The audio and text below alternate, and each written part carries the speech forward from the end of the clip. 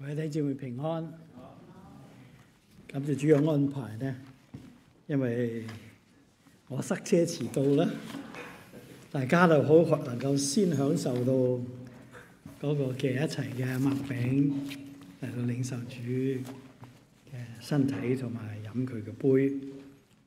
其實咁係合宜嘅，因為當嗰個初期教會喺嗰度嚟到去學習點嚟到一齊嚟到過呢個教會生活嘅時候，《使徒行傳》就話俾我哋聽，佢哋有4個嘅好主要嘅 marks， 好 distinct 嘅。咁我哋就講到佢哋係恆修遵守、恆切遵守4樣嘅嘢。第一樣嘢，如果有 slide 嘅話，就係使徒嘅教訓。第二樣嘢就係彼此嘅交接，即係我哋所謂嘅團契 koinonia 啦。但係第三咧就講到佢哋好突出嘅係擘餅，咁即係我哋嘅頭先所守嘅主餐。第四個嗰個 mark 咧就係祈禱。不過今日我主要先講嗰個係特別佢哋恆心遵守嘅嗰個嘅第二個 mark， 就係嗰個嘅彼此交接 koinonia， 或者我哋亦做團契呢方面。嗱，佢哋點樣活出呢個真體呢？就係我哋需要向初期教會值得我哋留意同埋學習嘅。就好似呢個《使徒行傳》4章32節咧，就刻畫到佢哋點活出呢個咁嘅 koinonia， 呢個彼此交接嘅生活，成為佢哋好突出嘅一個標誌。佢哋話好多個信主嘅人咧，都一心一意嘅，冇一個人話佢個東西有一樣係自己嘅，都係咩啊？凡物公用嘅。內裏邊冇一個有缺乏嘅人啊！因為人人都將田產房屋都賣了，或者譯得其他嘅嗰啲嘅翻譯本咧就話比較嚟到去我相信係較為合嗰個真實嘅情況。佢話嗰啲擁有田產房屋嘅就賣咗 sold them。而從呢個《使徒行傳》嘅記載裏邊咧，我哋知道當時係喺嗰度咧。係唔少人係咁做去到一個地步，但都唔係一定立刻咁做，係按住嗰個嘅需要裏邊咧，佢哋被感動，非常多嘅人將個田產賣咗，將嗰個所賣嘅價錢拿出嚟，都放喺使徒嘅腳前，係照住各人所需用嘅分給各人。換句話嚟講，一方面咧我哋相信嗰度啲所 emphasis 嘅呢度嘅地方睇重，唔係一定係話信徒唔睇重佢哋嘅財物同產業 ，which is true， 呢個係事實嚟㗎。不過嗰個着重點咧，係佢哋真喺嗰度明白到其實咁做嘅時候，明白到教會係神家嘅呢個真理係一體嘅呢個 body， 或者下一個 slide 我用個英文講就係一個 one inseparable body， 一個不能分割嘅一個嘅嗰個嘅身體，以到一個地步咧，我哋好似喺《使徒行傳》嗰度，保羅就喺嗰度嚟到提醒我哋，其實呢個 koinonia 嗰個真體就一定係喺嗰度活出嚟，係一個肢體受苦，所有肢體咧一同受苦，呢個咁嘅真理喺裏邊。所以初期教會所能夠實踐嘅，就好似使徒約翰所講呢句説話。佢哋活出嘅就係嗰種相愛，唔係淨係得把口言語同舌頭裏邊，但係真係行為同誠實上邊。嗰陣其實呢種嘅風氣，或者唔應該用風氣，呢種生命嘅表現就係其實係引到頭先我哋所讀嗰段都幾得人驚嘅經文，就係呢個嘅亞拿尼亞同撒非拉嘅事。讀嘅時候，特別你係第一次讀嘅其實唔係第幾次讀，你都會有嗰個問題。裏邊不禁有一個諗法，哇！點解咁嚴厲嘅喺嗰度去懲罰嘅咧？咁唔知你會唔會有一個咁嘅諗法喺裏邊咧？同埋另外一個諗法就係唔知今日聖靈會唔會同樣喺教會裏邊有相似嘅懲罰咧？咁之前我所話，在座裏邊大家會收第一個可能有啲話好驚話得人驚嘅事。但係有啲人咧就話：哇！如果聖靈今日仍然係咁樣嘅就好啦，咁唔知會唔會有裏邊有咁嘅感受諗法喺裏邊？無論你嘅反應係乜嘢嘢或者我哋用一啲時間嚟到思想分析呢段其實一個相當重要嘅一段嘅經文。我哋先睇呢兩個人其實坐喺邊一度咧嚇。咁佢哋所做嘅嘅行為咧，喺呢度 describe 嘅咧就係好明顯兩夫婦咧係出於某種嘅原因先正決定，一定係商量過係嘛 ？It's a big deal 賣咗嗰啲嘅田產係咪？會唔會好似頭先所講，一般嘅信徒喺當時睇到教會個缺乏喺裏邊？哇！真係喎，特別初期嘅時候，大家都喺嗰度凡物公用亦都或者真係有聖靈嘅感動喺裏邊都未定啦，唔知嚇。因為你睇到嗰陣時呢個係第5章啦，係咪？咁就嗰度講到當時有成至少5000人喺嗰度嚟到去信主，而且係俾彼得教導佢哋悔改脫離呢個彎曲撥埋個世代嚇。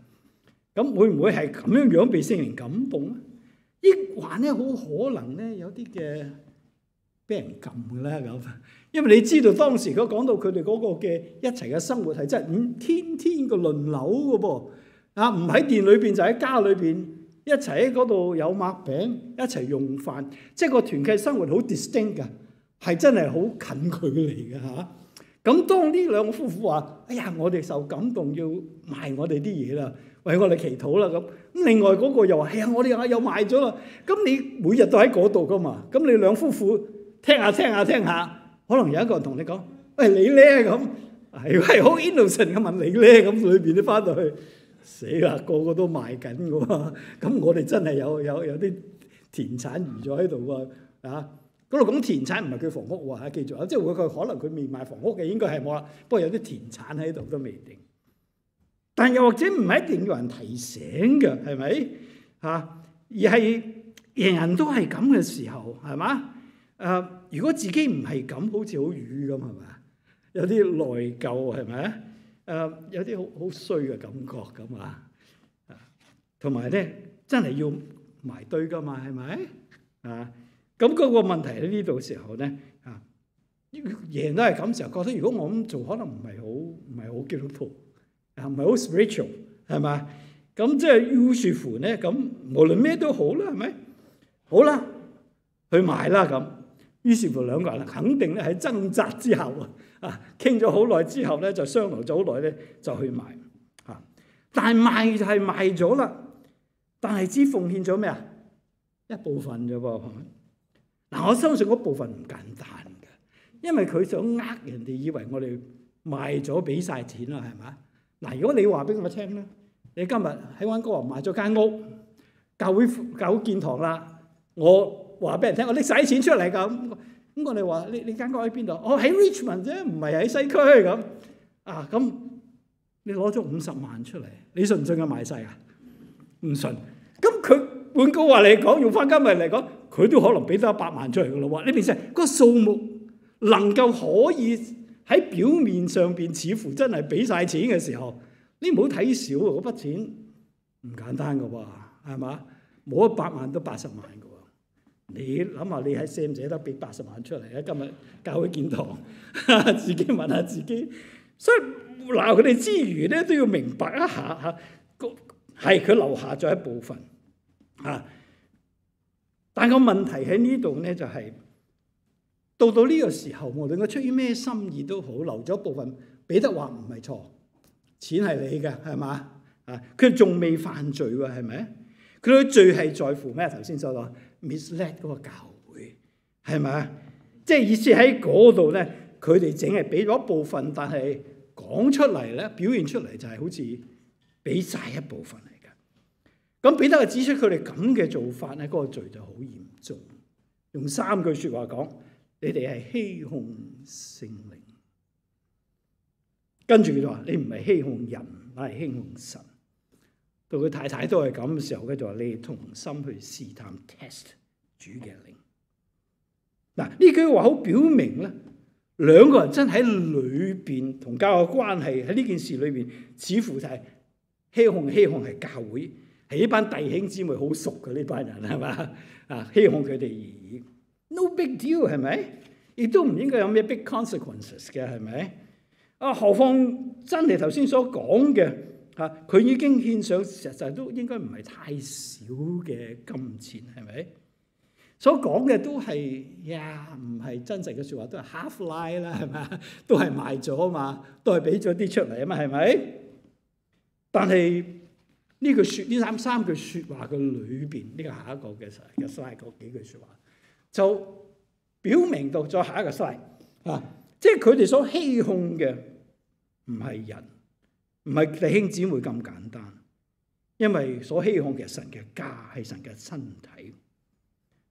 所以彼得喺呢度指出 ，is a big deal， 好大件事嘅，因為你所欺哄嘅係聖靈，係神嘅本身。講到呢度，我相信我哋呢度每一個人唔會好似呢兩個人咁樣講大話嘅，肯定啦，我知道啊。但同樣我哋要明白到，我哋喺教會裏邊所做嘅、所侍奉嘅、所講嘅話，同埋我哋點對待弟兄姊妹。我哋要明白呢個係神嘅家。我哋好多時人話，教會唔單係人嘅嘅羣體，乃係神嘅家。其實呢件事咁發生嘅時候，我相信我哋應該講，教會根本唔係人嘅團體，單係神嘅家。difference 大唔大？呢個咁嘅諗法，我再講過。我哋睇教會係人嘅，唔單係人嘅團體，更係神嘅家。同埋講呢個唔係人嘅團體，係單係神嘅家。嗱，呢個觀念係好重要，喺裏邊。呢個係聖靈所住嘅地方，係佢嘅身體。所以呢度所言所行，我哋喺呢度所做嘅一切嘅事，係作喺神嘅身上邊。呢個真理係不變嘅，昔日如此，今日也是如此。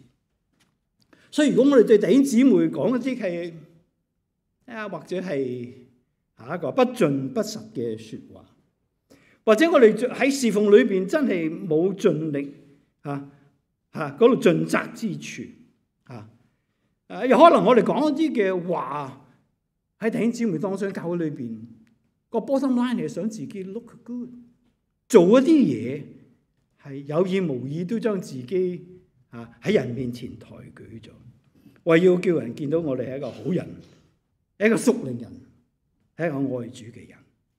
如果有咁嘅心態嘅話，一樣我哋欺哄人咩？唔係，係欺哄神，係欺哄聖靈。冇錯，喺呢啲嘅咁嘅，呢啲喺呢個 koinonia 呢個嘅嗰個團契生活裏邊，其實我同你不知不覺裏邊真係又會犯呢啲咁嘅錯，或者應該講咁嘅罪喺裏邊。嗱，好似當我哋唔想承擔一啲教會嘅職份嘅時候，或者唔去參加啲侍奉嘅時候，或者唔去參加啲聚會嘅時候，我哋好多時隨口咁講嘅喎，唔得閒啊咁，係咪唔得閒啊？哎呀，呢排真係好忙，或者話哎呀呢個我今日有個身體唔係幾好，頭有啲痛啊咁樣。嗱，講嘅時候講得好輕易。係好容易講一啲，其實你都唔係冇頭痛嘅，不過唔係頭痛嘅嘛。其實唔係痛到個地步，你去唔到㗎，係啱唔啱？你係忙，你唔係忙到個地步，唔能夠承擔啊，唔想啫嘛。但係我哋喺佢裏邊所對嘅、所講嘅關於神嘅事工，喺教會裏邊個肢體生活裏邊發出嚟嘅一樣嘢，或者我哋承諾咗啲嘢要做，但係自己啊實在忙，呢個係啱嘅，即係忙到個地步做唔到啦，或者自己啲時間運用得唔好，冇 self discipline， 搞唔掂。甚至好似我咁，老人痴呆忘記咗嗰個聚會應該去，我唔記得咗去，死啦係咪？但係如果喺嗰個情況，我哋 invent 一啲藉口，係咪？我哋所謂嘅 half lies。弟兄姊妹，我哋喺神家嘅侍奉，唔係向人交賬，係要向神嚟到去負責，係咪？所以好俾啲弟兄姊妹嘅勸勉 ，Don't ever try to make yourself look good in the body of Christ。俗啲講唔好扮嘢，但係嗰時我哋唔係專心嘅。但係有意無意喺裏邊做咗呢啲事。但係咁嘅時候，約翰福音12章43節就係有咁嘅責備俾我哋啲咁嘅心態。當時嘅責備呢，係責備嗰啲嘅法利賽人，係因為佢哋愛人嘅榮耀過於愛神嘅榮耀。我相信呢個係亞拿尼亞同撒非拉喺呢件事做嘅時候一個好重要嘅一個 motive， 係想喺人面前 look good， 唔係照得人嘅榮耀，唔係嚟到去取神嘅喜悅。所以特別弟兄姊妹，我哋啲好愛主嘅弟兄姊妹咧，呢個其實係我哋好容易犯嘅罪。好多時我哋俾神大大使用，或者我哋經歷一啲嘅事情，真係見到神自己極大嘅恩典喺裏邊。我哋當然要公開嘅做見證，啱唔啱啊？公開嘅嚟到去榮耀神，嚟到去感謝神。但係往往喺呢啲過程裏邊，啲咁好嘅過程裏邊，當我哋喺講感恩嘅説話、讚美嘅説話嘅時候，不知不覺咧加插咗啲嘢咧，係將人嗰個注意力轉到自己嘅身上邊，係咪？好簡單。如果眾人聽完你嘅感恩嘅説話，你所講嘅讚美，所留下最深嘅印象唔係神嘅大能，而喺裏邊，哇，係留意到你個敬虔、你嘅信心，或者你一啲獨特之處。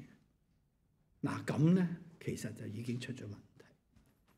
所以喺呢個主學裏邊，當我哋睇到呢個《使徒行傳》彼得喺第3章嘅裏邊咧，喺當時神俾佢力量啦，唔係佢嘅力量嚇，就喺嗰度嚟醫好一個瘸腿嘅人，叫佢能夠行走。你就算冇上《使徒行傳》嗰課，你都記得呢樣嘢。哇，好轟動喺聖殿嘅走廊裏邊，好多人嚟到去擁住佢。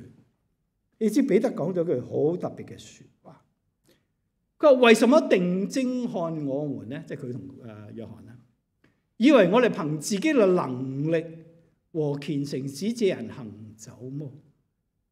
嗱，我哋好多時都係嘅，係呢個能力唔係我嘅，係聖靈嘅能力。我哋好多時咁講啊，但裏面背後咧，彼得話唔好以為我虔誠就可以嚟到叫呢件事。嗱，呢個係好重要，係完全將個 attention 從自己抹殺出嚟，淨係擺喺神嗰度。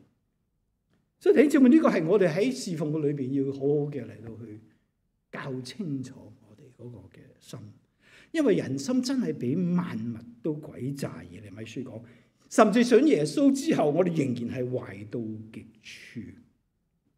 所以我哋做侍奉嘅人喺教會裏邊有教導、培訓、領導或者講道唔好一邊嚟到將榮耀歸俾神。我相信我哋每一個咧真心想咁樣做嘅，但係好記得唔好喺嗰度唔多唔少，不知不覺嘅裏邊都佔咗些少神嗰個嘅光彩喺裏。所以 James Hughes 講呢個説話對無論對我哋呢班侍奉嘅人，全都係話佢每個信徒都係。佢提醒我哋 ：How can we make a career out of our crucified Lord？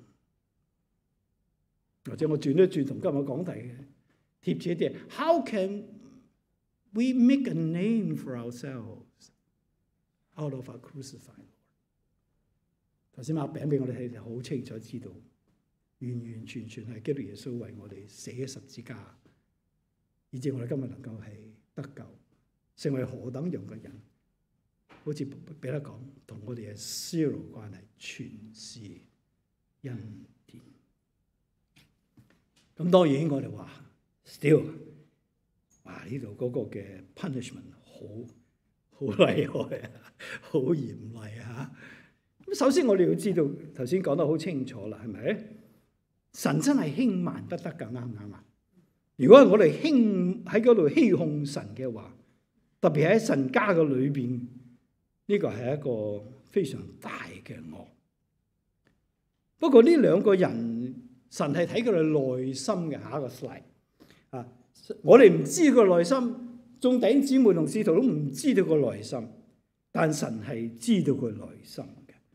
換句話嚟講，當彼得話你被撒旦充滿你嘅心呢句説話嘅時候，第一，俾撒旦喺嗰度嚟搞到我哋做嘢已經弊啦嚇，甚至佢講話充滿你嘅心，即係你根本已經俾佢奪去你嘅意志。咁換句話都反映佢裏邊平時呢個人係點樣樣嘅咯，即係佢同神嘅關係，無論佢外表表現得幾好都好啦嚇，其實喺嗰度先出咗問題，已經俾喺其平時嘅生活裏邊給魔鬼留了地步。呢個係好明顯嘅一件事。即係如果佢哋雖然留下一部分嘅價錢所奉獻嘅嘢都，其實我講真，我諗都好 make sense。佢所講嘅奉獻一定唔係少數。如果係 10%、20%、50%，係人都睇得到啊！嗰班人唔係咁蠢噶嘛，係嘛？我再講翻，你如果你買咗150萬，你俾咗50萬出嚟都好緊要咯嚇，至少都可能俾到80萬、100萬。換句話嚟講，如果人哋唔理你佢買咗間屋啦，間townhouse喺 Richmond， 所俾成100萬出嚟喎，一聽到嘅時候如果唔 expose 佢哋呢個係虛假嚟啲嘛，好受人尊敬㗎喎。我希望唔係咁，但係你試下咧，下次教會籌款買堂，當然你唔會俾人知，但知道咗原來你俾咗100萬出嚟㗎嚇，哇！真係會令人另眼相看，啱唔啱啊？即係唔係好基督徒都幾難咁，係咪有咁嘅心態喺裏邊啊？係咪？咁繼而得人尊敬咯。再繼而咧，開會嘅時候，下次選執事，要諗下佢啦咁。唔應該，但係好自然，啱唔啱啊？唔應該，但係好自然。如果唔 expose 佢呢兩夫婦係咁嘅時候，點算啊？唔單止受敬重咯，而且喺嗰度慢慢可以成為領袖嘅噃，可能係做教導嘅噃，繼續扮嘢嘅噃，係嘛？咁嘅時候點啊？哇！所傷害嘅係神嘅教會、神嘅家，就好似保羅喺嗰度雖然講係提嗰啲嘅講假道嘅人都一樣，就係好似個基督嘅身體裏邊如同毒瘡，越爛越大。我相信。咁嘅去分析嘅時候都唔會太過分。點解神要咁係嚟到去喺聖靈呢次咁樣嚟到去嚴厲嘅對待咧？係咪？不過另一樣嘢，我哋要明白喺初期教會，我哋喺整個使行傳裏邊見得到聖靈嗰個運行係真係好自由嘅嚇，好自由嘅。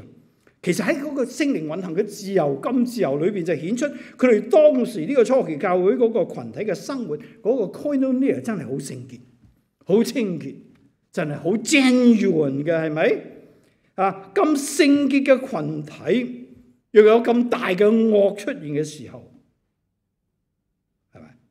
聖靈當然唔容許佢嚟到 contaminate 佢呢個咁聖潔嘅身體。當然咁做嘅時候，亦都係可以話，因為眾人都喺嗰度有個 fear 驚怕喺裏邊，信徒都係有些少係殺雞儆猴嘅作用，係咪？大家都喺嗰度更加，如果有人已經喺嗰度出現咗喺侍奉心態有唔正確嘅時候，即刻喺嗰度提醒喺嗰度，亦都顯出咧。真係呢個 koinonia 嘅群體初期教會，佢哋個群體個 holiness 係咪？若不然嘅，如果好多嘅信徒都係咁依信耶穌嘅，我哋所謂禮拜日嘅教友，而生命冇真正嘅改變，冇追求神，冇一齊去追求聖潔嘅時候，大家其實都過一個半欺哄聖靈嘅生活，你明唔明啊？嘅時候，如果要咁樣嚟到去處罰嘅時候，可能5000人死咗2500都未定啊，係嘛？你明我講嘛？所以頭先我講嘢裏邊有個心裏邊話：哎呀，如果今日聖靈係咁就好啦咁樣。我唔該你自己睇下自己先。如果聖靈要咁樣嚟到施行嘅時候，我意思即係話，我哋教會嗰個整體嘅聖潔 ，individual combine 埋嘅聖潔。係聖靈能唔能夠大大喺當中運行嘅嗰個好重要嘅因素，唔係諗嗰個審判嘅問題，係講被聖靈用嗰個問題。初期教會能夠咁俾神大大使用，讓因為自己喺裏邊群體嘅聖潔，係讓聖靈更加運行嘅一個好重要嘅因素喺裏邊。不過話雖如此，聖靈咁嚴厲同埋立刻嘅審判喺《使徒行傳》裏邊都係得呢一次啫。OK， 但再諗係唔係我呢句説話講得啱唔啱咧？或者將個立刻嘅字拎翻出嚟，聖靈咁嚴厲嘅懲罰，究竟係咪喺《使徒行傳》或者初期教會裏邊係只此一次呢？咁，因為我哋頭先講到守聖餐嘅時候，我就諗起保羅喺提醒哥林多教會嘅時候，特別係喺佢哋個聚會裏邊，同埋做咗個裏邊嗰個嘅擘餅嘅時刻嘅裏邊，佢就有好大嘅責備喺裏邊。嗱，喺12章28同埋呢個下一個 slide 裏邊，佢就係咁嚟到去提醒佢哋28到30。佢話自己要省察之後先整好吃頭先嗰個餅啊，係咪？但因為你哋冇咁做嘅時候咧，喺你哋中間有好多係咩啊？軟弱嘅。但係唔單止係咁喎，有啲係患病嘅，甚至乎咧有啲係死了咩啊？也不少。唔係我講嘅，係保羅講嘅説話。當然要明白保羅講呢個説話嘅時候咧，我哋需要明白呢個哥林多前書11章嗰個嘅上文下理係重要嘅嚇。保羅喺嗰度咧係處理緊哥林多信徒喺呢個 koinonia 嘅生活裏邊所出嘅兩個嘅問題啊。第一個咧就講到，即係佢哋喺聚會嗰時候犯咗咩罪呢？以至一個聚會，佢話你哋 koinonia 嘅生活聚會嘅時候，佢話我唔能夠稱讚你哋。而家我吩咐你哋嘅話，係因為你哋教會聚會嘅時候唔係受益嘅，係受損嘅。點解呢？佢指出兩個問題。第一個原因就係你哋聚會嘅時候分門別類嚇，亦都講到分門結黨嘅事。個背後嘅呢度指出佢哋個罪喺邊度，係想叫嗰啲有經驗嘅人顯出嚟。中文呢個翻譯冇咁清楚，或者係NIV 個翻譯就我覺得係較為可取。喺嗰度你哋做乜都好啦，點分門結類咧？主要原因就有啲人想將自己係顯得 I'm more approved of God。明白嗎？意思即係話喺嗰度做乜都好咯，有意無意好過 bottom line 係慢慢地希望俾人見到我更屬靈，俾人覺得係我更有恩賜，俾人覺得我更加係熟悉聖經。係意思即係仍然嗰個裏邊係想神嘅家裏邊要 draw 到人嘅 attention， 得到人嘅稱讚與愛戴。保羅就責備佢哋喺聚會嘅時候，你哋就係有咁嘅心態，所以呢個好重要嘅嚇。呢種心態如果係有咁嘅話，自然就會引致教會嘅分黨紛爭，損害咗神嘅身體。第二個原因喺呢同一段嘅裏邊，佢指出就係話嚇喺嗰個嘅直接同主餐。即係擘餅係有關係，喺11章20至21節。你哋聚會嘅時候，其實唔算得係吃主嘅晚餐，因為食嘅時候，各人係先吃自己嘅飯，甚至呢個飢餓，那個醉酒。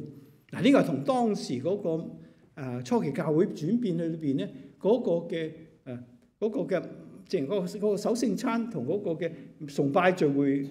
係差唔多分唔開嘅，但係先有嗰橛嘅裏邊係叫愛筵，甚至喺其他經文俾我哋知道，喺愛筵嘅裏邊最終就係喺嗰度就係一齊嘅擘餅飲杯，跟住就有聚會咁喺《使徒行傳》裏邊慢慢睇嘅時候，我哋見得到呢個咁嘅模式。但係佢哋竟然喺嗰度開飯嘅時候咧，有啲人就帶埋有酒有肉喺嗰度係咪？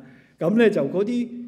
遲到嘅人咧，好耐嗰啲要翻工或者做奴隸，而家係信咗主嘅嚇，咁遲啲嚟嘅時候啊，咁嚟到咧就嗰陣時冇 pack lunch 嘅啦，咁啊冇得食咯，唔好理啦，抹餅咯咁嘅時候，保羅就鬧佢哋，佢應當自己省察，先正吃這餅，喝這杯。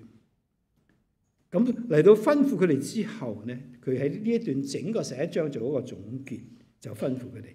所以弟兄，你哋聚會嘅時候要彼此嘅等待。如果真係餓嘅話，你喺屋企食咗先正嚟啦，免得你們自己取罪。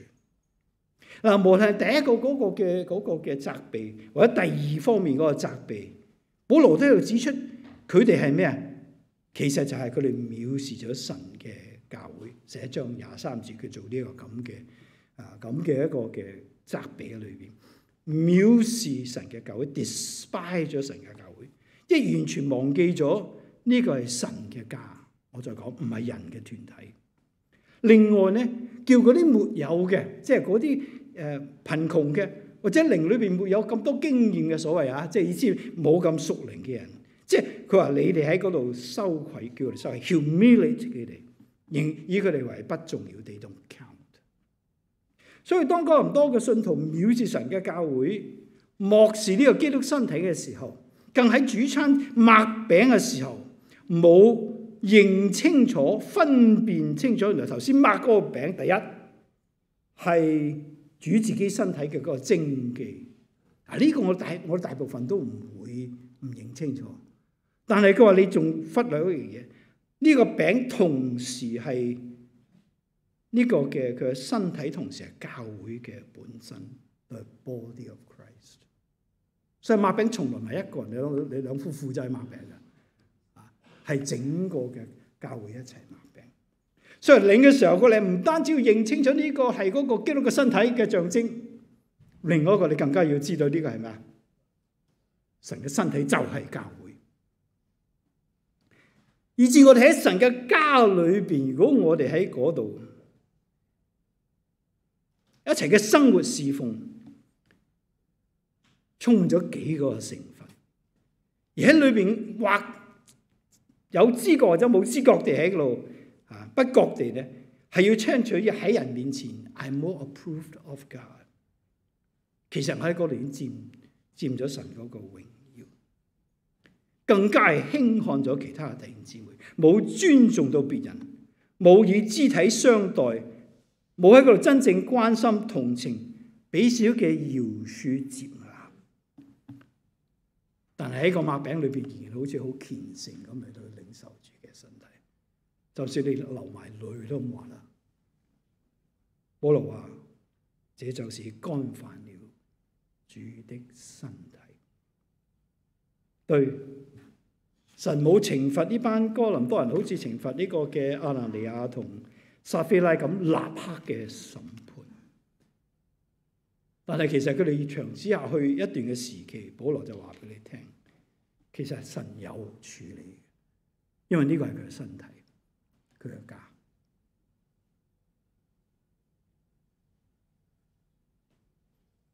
因為我哋藐視咗神嘅家，分裂咗神嘅家，冇以愛相待基督身體裏面嘅肢體，弟兄姊妹真係干犯主嘅身體。